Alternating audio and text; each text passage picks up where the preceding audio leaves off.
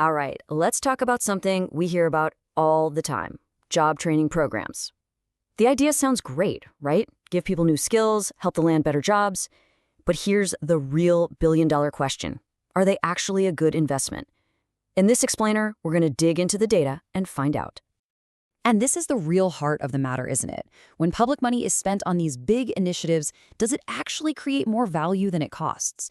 We're not just looking for feel-good stories here. We want a real, hard, data-driven answer. So to get that answer, we're not going to talk theory. Nope. We are digging into this incredible analysis of job training programs that happened right in New York City. This is a real deep dive into the actual financial impact on thousands of people's lives. Okay, so here's how we're going to break it all down. First, we'll figure out what even makes something a good investment.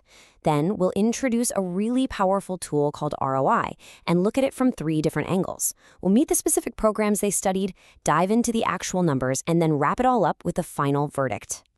So let's jump right into that first question. How in the world do you even decide if a program like this is a good investment in the first place? Well, you can't just go by gut feeling on something this important. To get a real answer, you need a consistent, objective way to measure what you put in versus what you get out. And lucky for us, there's a perfect tool for exactly this kind of thing.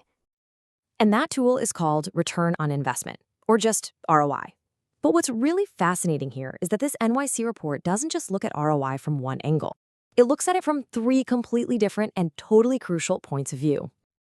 So first, a quick primer. What even is ROI? Well, it's actually pretty simple. It's just a way to measure what you get back for every single dollar you put in.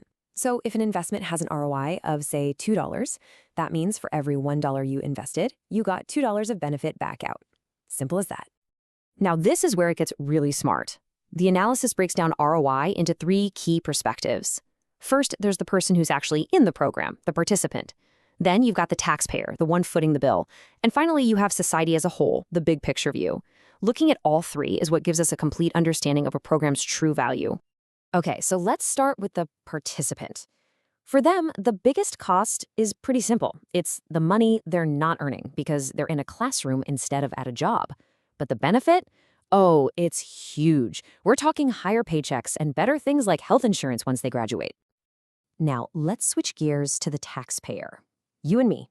The cost is obvious, right? It's the public money that funds these things. But the benefits? This is where it gets really interesting. See, when people earn more, they pay more in taxes. And when they have good jobs, they rely less on public assistance. That's a direct financial win for the public budget. And finally, we zoom all the way out to the society perspective. Think of this as the ultimate bottom line. It adds up all the costs, both the program funding and the participants' lost wages, and weighs them against all the benefits, the person's bigger paycheck and the taxpayer's savings. This tells us the total value created for the entire community. Okay, so now that we have our framework down, let's take a quick look at the actual programs they studied in this report, because they're all a little bit different. So we've got individual training grants. Think of them like vouchers people can use for specific courses. There's cohort training, where a group learns skills together for one industry. You've also got customized training, which helps people who already have a job level up their skills. And finally, on-the-job training, which helps businesses cover the cost of training a new hire. So, a really interesting mix. All right, this is the moment we've been waiting for. We have the framework, we've met the programs. It's time for the main event. What did the numbers actually say? Before I show you the full breakdown, I just want to pull out one number that kind of blew my mind: $35.21. That is the societal return for every single dollar invested in the on-the-job training program. For every $1 in, you get over $35 of value out. That is just an incredible return. And here it is, the whole shebang. This table lays out the 10-year ROI for each program across all 3 perspectives. And honestly, the results are pretty wild. Just look at the participant returns. I mean, in some cases, we're talking over $200 back for every dollar value they put in. And crucially, look at those taxpayer and society columns. Every single one shows a positive return. Let's break this down with some charts to make it even clearer. From the taxpayer's point of view, just asking, was my money spent well? The winners are pretty obvious. Customized training returns $3.68 for every dollar spent. That is a solid win for public funds. But now, look at it from the individual side of things. It's just staggering. For someone going through that healthcare training, the personal return on their time and effort is almost 250 to 1. This isn't just a small pay bump. This data suggests these programs can be genuinely life-changing for the people in them. And this right here really brings it all home. When you add everything up and look at the big picture, the societal perspective shows massive value creation. The top programs generate between $21 and $35 in total economic benefit for every single dollar of total cost. That is an incredibly efficient way to build a stronger community. So, after looking at the framework and the hard numbers, what's the ultimate conclusion? What does this all really mean? Well, we don't have to guess. The report states it plainly. Even the lowest performing program from that big picture view still returned over $6 for every dollar invested. The evidence is just overwhelming.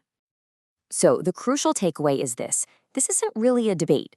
Based on this in-depth analysis, these programs are a clear, undeniable win-win-win. They empower individuals with new careers, they provide a positive financial return for taxpayers, and they create immense value for society. And that leaves us with one final and really important question.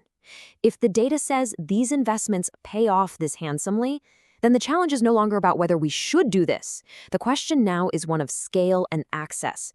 If we have a proven model for economic mobility, how do we make sure that everyone who could benefit from it actually gets a chance? Something to think about.